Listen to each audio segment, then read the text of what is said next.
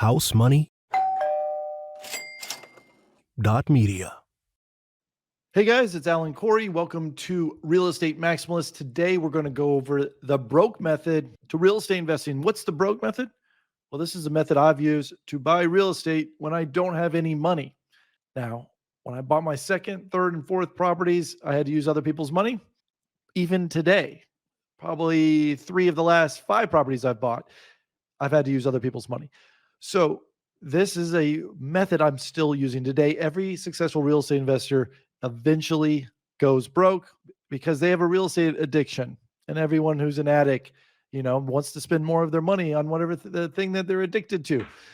So this is where I find myself today, is still using the broke method. I've been using it for 20 years, and I went back through all my transactions, over $30 million worth, and I tried to find the common threads. And this is what it led to, the 5 pillars of the broke method.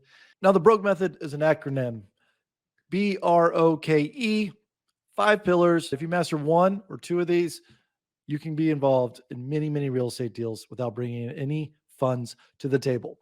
So the B in the broke method is big deal flow, R, reputational pull, O, ongoing outreach, K, knuckle up ability, E, execution excitement. We're going to get into it on this episode of Real Estate Maximalist. Thanks for tuning in.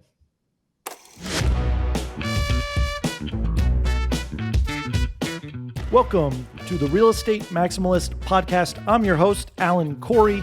I'm the author of Housefire, Financial Independence and Retire Early, as well as $1 Million by 30. I've retired twice through real estate.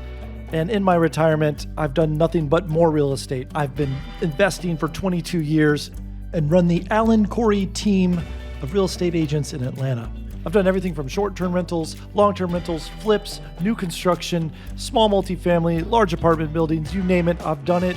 But I find it's just easiest to say, I am a real estate maximalist. All right, guys, let's dive into the broke method. And before we get started, just want to let you know, if you want more of the broke method, I've launched the broke method course. You can go to brokemethod.com. Use the pre-register code early25. If you want to early register, it launches January 1st, but if you use early25, you'll get 25% off. It's a deep dive of what you're going to hear on this podcast. And if you're not sure what you're going to hear on this podcast, let me tell you, the broke method, it's my 5 pillars to real estate investing. It's what every real estate investor has to do when they're broke. You got to get creative. You got to roll up your sleeves. You got to get to work and get deals done with other people's money. So it's all about creative financing, how to leverage your assets that you have, or network, or find your way into real estate deals when you don't have money. So the B in the broke method is big deal flow. If you can go out and find the big deals, you're going to attract people who have money, okay? A lot of times, the money guys, they get to be lazy, or they're so busy, they don't have time to look for deals. But if you're broke, and this is how I got started, I had nothing but time.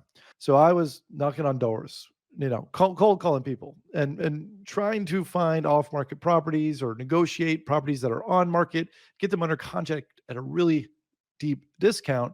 And once I had that fish on the hook, then I could go pitch to investors or lenders, hard money lenders and private money lenders, and try to get the deal done.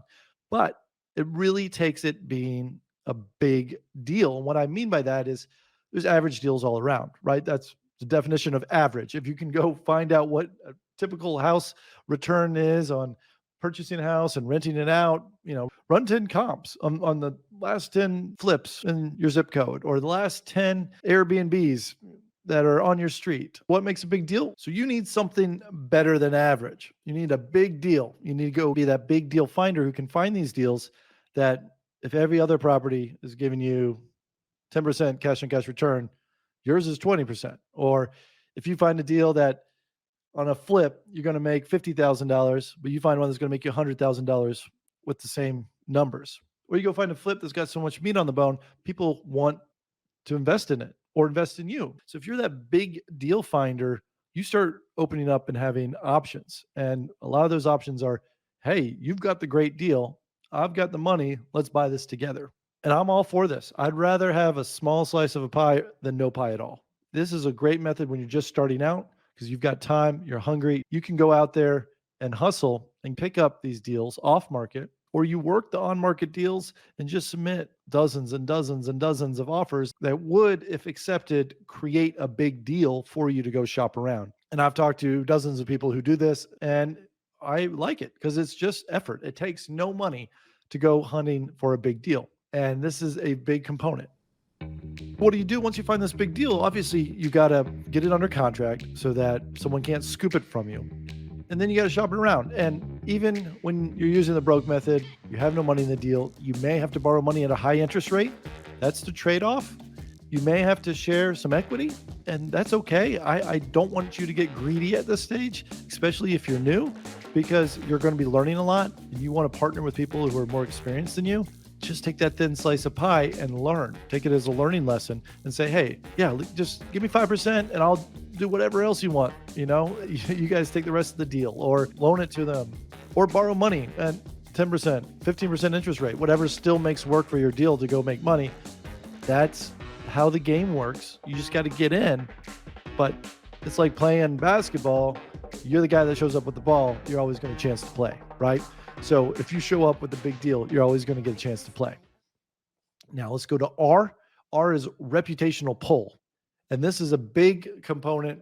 When you're broke, your reputation is sometimes all that you have. So lean into it. And if you have a reputation of someone who buys a certain real estate property, a certain property type, location, condition, are you going to be the RV guy that only buys RV parks? Are you the guy who buys distressed multifamilies? Are you the guy that buys problem houses, the single family boarded up properties, the Airbnbs in a certain town? This is what I mean by reputational pull, because if people know this is what you're looking for, what happens is the deals start finding you, even if you've never bought any. But if you're always meeting people and talking about it or posting on social media, hey, today I'm looking at this RV park, and you do that consistently enough, your reputation becomes whatever you're talking about. It's your brand. And so be consistent of what you're looking for and just start planting those stories, telling people at a cocktail party, at the grocery store, this is what I'm looking for. This is what I'm investing in. Hey, I just looked at this. I didn't buy it, but if you know any buyers, this is what I'm working on. All of a sudden, you're creating this reputation that this is your product type. You're the expert at this, even if you haven't bought anything yet. And then what happens is whenever someone has the lead of that product type, they don't know who to call but you, because you're always talking about it, or you're always advertising it. It's always on your social media page, or it's in your bio on LinkedIn, or whatever it may be. This is your reputational pull. This is amazing to have. And I learned this by accident. You know, I got a reputation of being the small multifamily guy, and I had neighbors on the block calling me. And then I had other real estate agents calling me because they could just see in the MLS that I was involved in a lot of multifamily transactions. And all of a sudden, I just had this reputation that pulled in leads to me organically. And then it happened again when I got into new construction. I had 2 or 3 new construction projects, and I had a for sale sign with my name on it out front, and it took 9 months. So people were driving down the street for 9 months, and I was building 3 houses on that street. And then everyone started calling me with their lots for sale. And then I started selling them to other builders, but I had organic leads coming into me because I had a reputation in another market as the new construction guy. And then it happened again to me when I bought a small single family portfolio in a small town. The property manager started bringing his other clients to me so I could buy it. I bought a portfolio from a retiring guy, and then all of his retiring buddies called me to buy their portfolios because they wanted to retire too. So I've done this repeatedly in 3 different markets. And those deals come looking for me based on my reputation and my history. And it all starts with just being known as the real estate girl or the real estate guy, the condo girl, the condo guy, whatever it is, just lean into that branding. And then even someone like me, who's been doing this for 22 years, I come across things I don't know. And someone will ask me, who should I talk to about this condo in this town I've never been to? And if I can say, wow, I see this person on social media that has condo in her name and she talks about it every single time, I would imagine that's the expert I would go to just because she's interested in it. So your reputational pull is a great way to buy real estate with just sort of putting out there who you want to be. And your reputation can pivot, it can change, but consistency is key. Longevity is key until you get some success. And then you can pivot, you can change. But if you're broke, you got no money, lean into your reputation, create a reputation, and then go all in on that reputation. And then once you start getting some money, then you can have some options to maybe rebrand yourself in the future or try different strategies in real estate or products or anything like that. But this costs no money. And it's a great way to pull leads into you, especially if you want to combine this with being a big deal finder. Then you'll recognize these big deals because this is the only product type you're talking about, looking at, analyzing every single day. It's not just deal finding. It's also vendors, lenders, real estate agents, the whole industry of real estate. All the players know you as a certain type of buyer or seller or person in the real estate world. This reputation is going to be golden because you're going to have a contractor that says, hey, I heard you do hotels. I have all this leftover hotel carpet. Let me sell some to you. I heard you're the hotel guy, right? Like these things start happening if you kind of put out whatever your reputation is. All right, so we got B, big deal finder. R, reputational pull. O is outgoing outreach. Think of it as the polar opposite of reputational pull, where instead of you organically being a magnet, tracking in leads, you are actually doing the opposite. You're trying to provide leads to other people. You're trying to connect with other people. You're trying to learn what other people are doing. You're growing your network every single day, meeting 1, 2, 3 people a day. This could be online, over emails, in-person coffees, conventions, conferences. You just want to always have ongoing outreach, talking to people, because what happens then is that you become the networker. You become the glue. I'm checking in with people. They could be vendors, lenders, private money, investors, sellers, and just saying, hey, just checking in. What are you looking for right now? What are you seeing in the real estate market? What's your pain point? What are your wins that we can celebrate together? You're just being a friend and you're reaching out, trying to connect.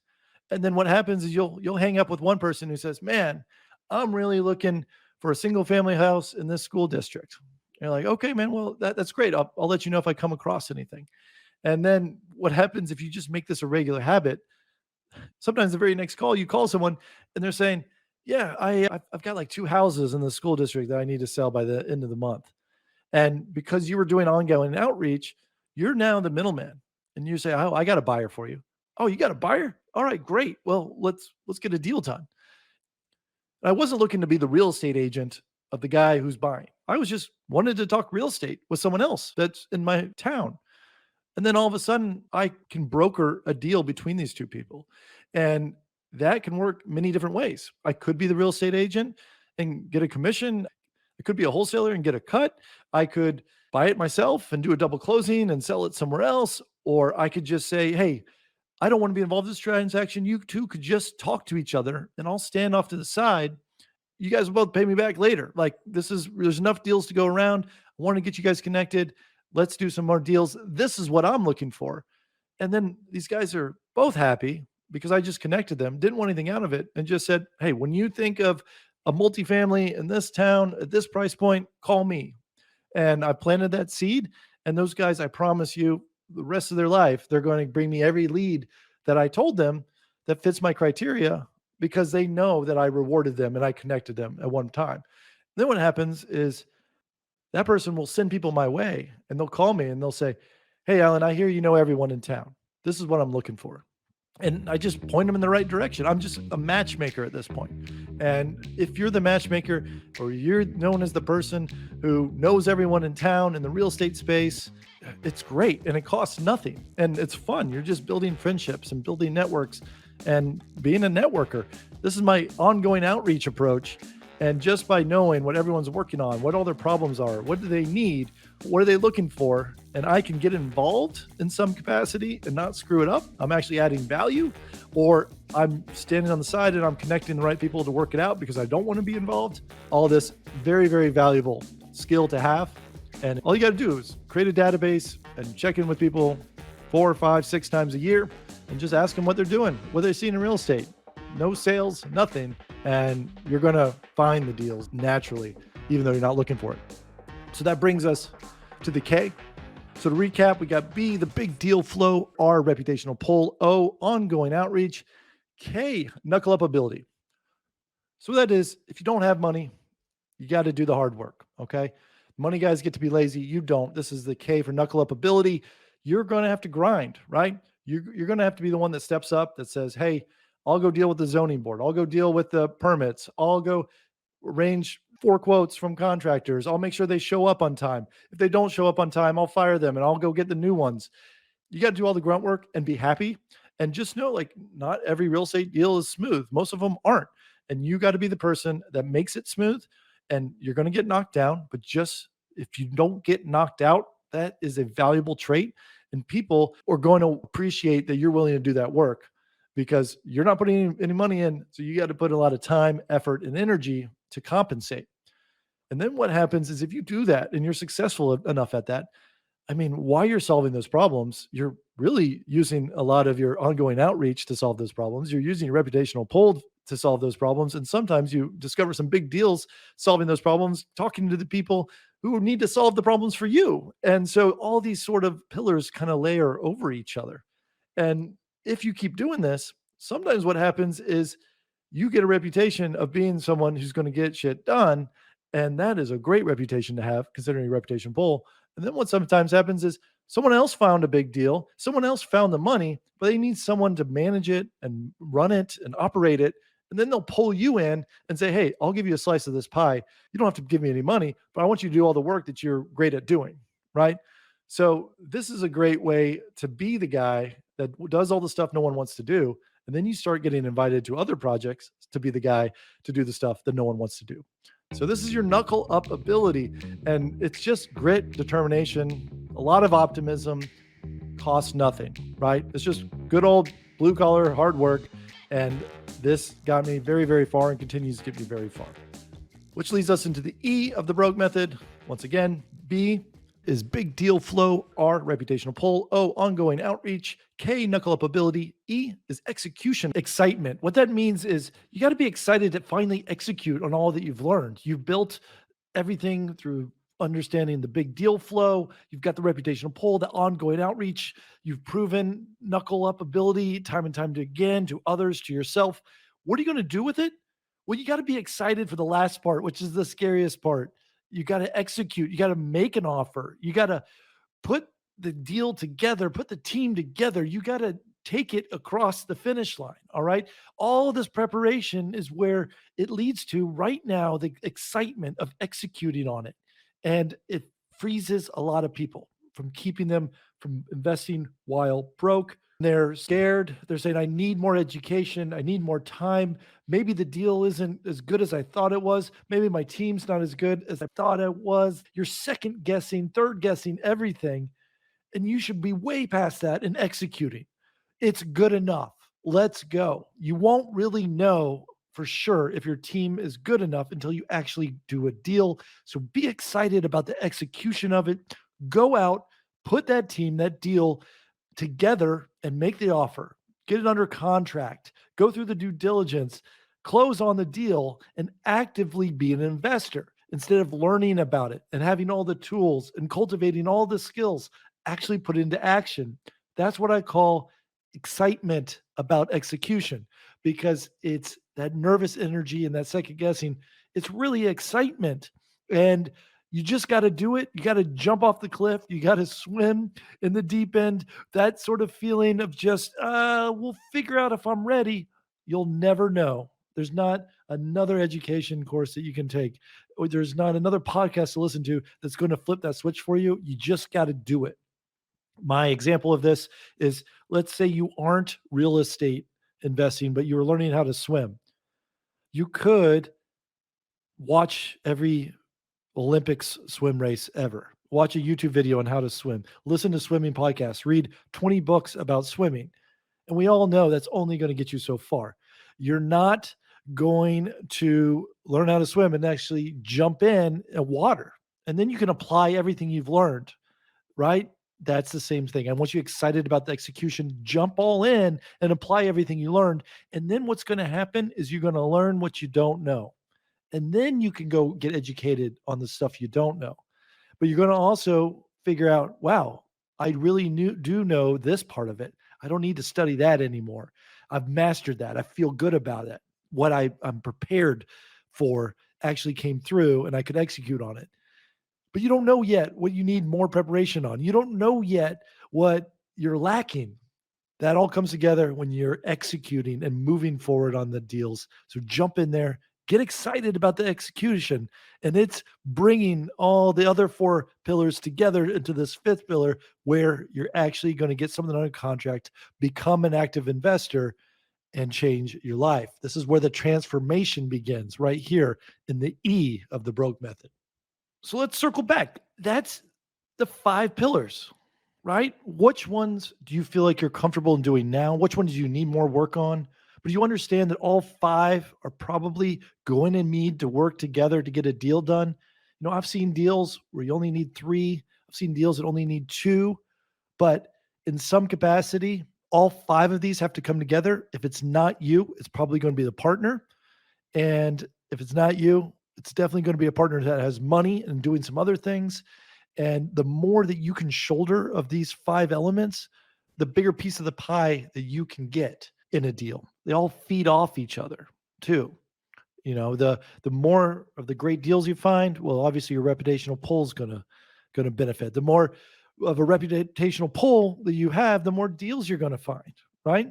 The more you do outgoing outreach, the more of your big deal flow is going to occur. And the better your reputational pull, because you're outreaching people, telling people what you're looking for, and you're broadcasting that. Your knuckle up ability to solve problems, and you're talking to other people in ongoing outreach. This is the stories and real estate investors have. They're, hey, I need a good property tax person. Oh, you got to use Leah. She's great, right? She solved all my problems. I had to deal with it and I found someone to deal with it and I have a story to talk about it. I'm helping other people. That's my knuckle up ability. And then it's, hey, you're doing outgoing on reach and I have this problem. I don't know how to do XYZ. Let me do it. I'll jump in and do it. I can solve it for you. I've done this before. I mean, that's really knuckle up ability. You're Trojan horsing yourself into someone else's deal.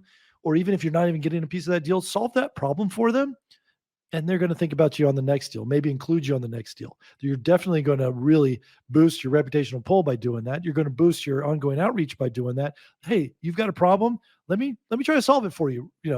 Give me an hour. Man, that's going to work wonders. You got to do that stuff when you don't have money, right? The money guys have people that do all those things for them. And this all comes down to execution. It's execution on the follow through.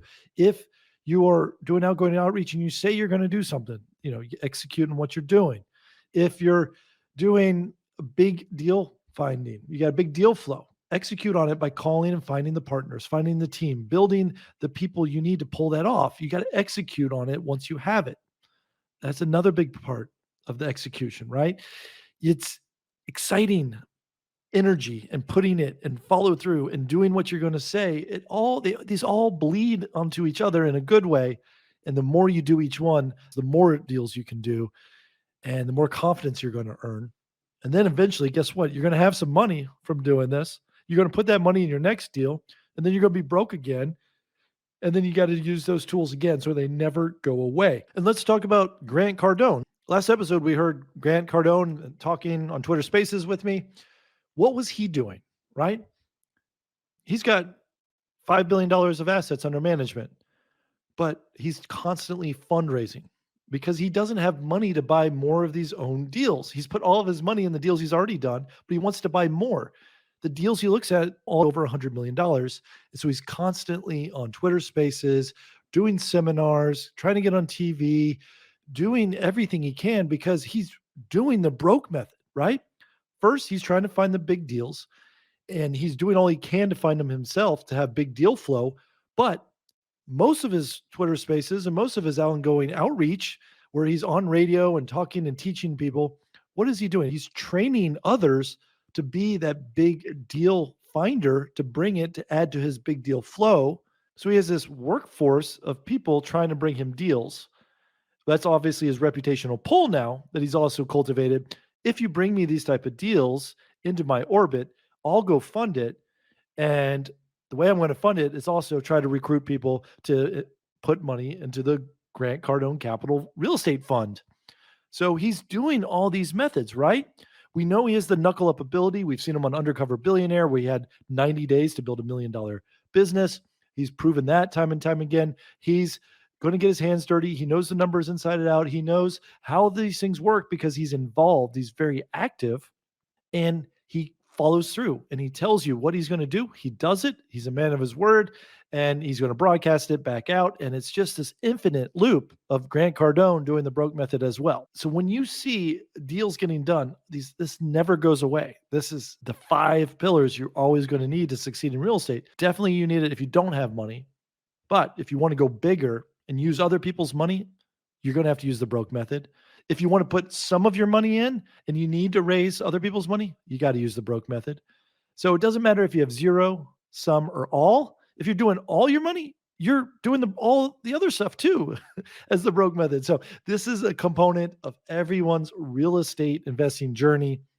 It's just what's necessary when you don't have money. You definitely have to cultivate these 5 skills. So like I said at the top of the show, if you want to learn more, my Broke Masterclass, go to brokemethod.com and sign up for it. Use the code EARLY25 before January 1st in order to get a 25% discount. I will go a little bit deeper than I just did right now in this podcast, but I also supplement the masterclass with 25 different strategies to invest in real estate so that you can get invested with other people's money. But I want you to understand there's at least 25 different strategies. I'm adding more every week. And what it is understanding all the tools to getting a deal done, because I hate it for you if you find a great deal and you can't do anything with it. That means you don't know enough of the strategies. It means you haven't done enough of the broke method. Okay. If you find yourself in this place over and over again of, I got a great deal, I don't know what to do. Well, here you go. This is the masterclass for you. Let's solve that for you. So, 25 tools to get it done. And then also the 5 pillars that you'll need to cultivate and work on to get more and more deals coming across your plate. If you enjoyed this podcast, thanks so much. Please share it with a friend. Leave a review on iTunes or Spotify. It's much appreciated. The more people that knows about this, the bigger the network I can build for you. I want you to leverage my network and get involved and join me on Twitter, in my Facebook group, and in my classes and in my courses. I want all the investors to meet each other, work with each other, network with each other, because we can all have a body of knowledge, and sharing and supporting and helping each other is going to get us all collectively further. And I want that for you as well. Thanks for tuning in. This has been Real Estate Maximalist, and I'm your host, Alan Corey. I'll see you next week.